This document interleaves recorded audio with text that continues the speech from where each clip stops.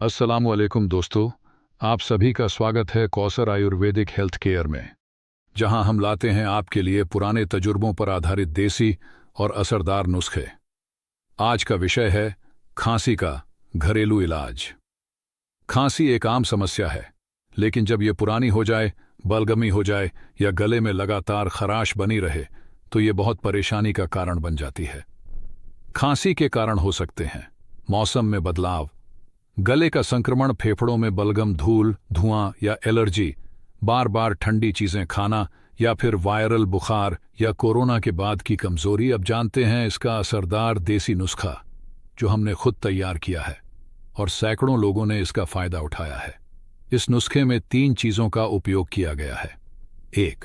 मुलैठी चूर्ण 100 ग्राम।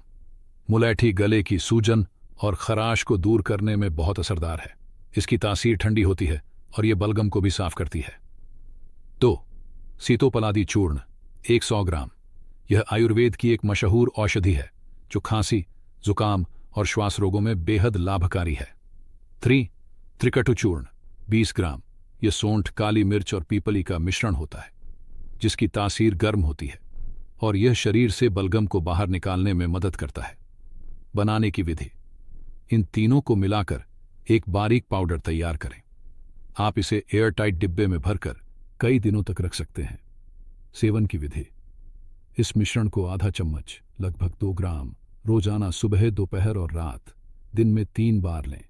इसे गुनगुने पानी या शहद के साथ लें, ज्यादा फायदा होगा। इस नुस्खे के लाभ: पुरानी से पुरानी खांसी में राहत, गले की खराश और जलन में आराम, बलगम बाहर निकलता है, गले और फेफड़ों की सफाई करता है, इम्यूनिटी को मजबूत बनाता है। अगर आप चाहें तो इस नुस्खे को घर पर खुद भी बना सकते हैं, लेकिन अगर आपके पास समय नहीं है या आप बिल्कुल तैयार दवा चाहते हैं तो आप हमसे तैयारशुदा दवा भी मंगवा सकते हैं। ऑर्डर करने के लिए स्क्रीन पर दिए गए नंबर पर कॉल करें या व्हाट्सएप करें। पूरी जानकारी आपको इस वीडियो के डिस्क्रिप्शन में मिल जाएगी। कौसर आयुर्वेदिक हेल्थ केयर से जुड़िए और अपनाइए पुरानी तिब्बी परंपराओं पर आधारित घरेलू इलाज।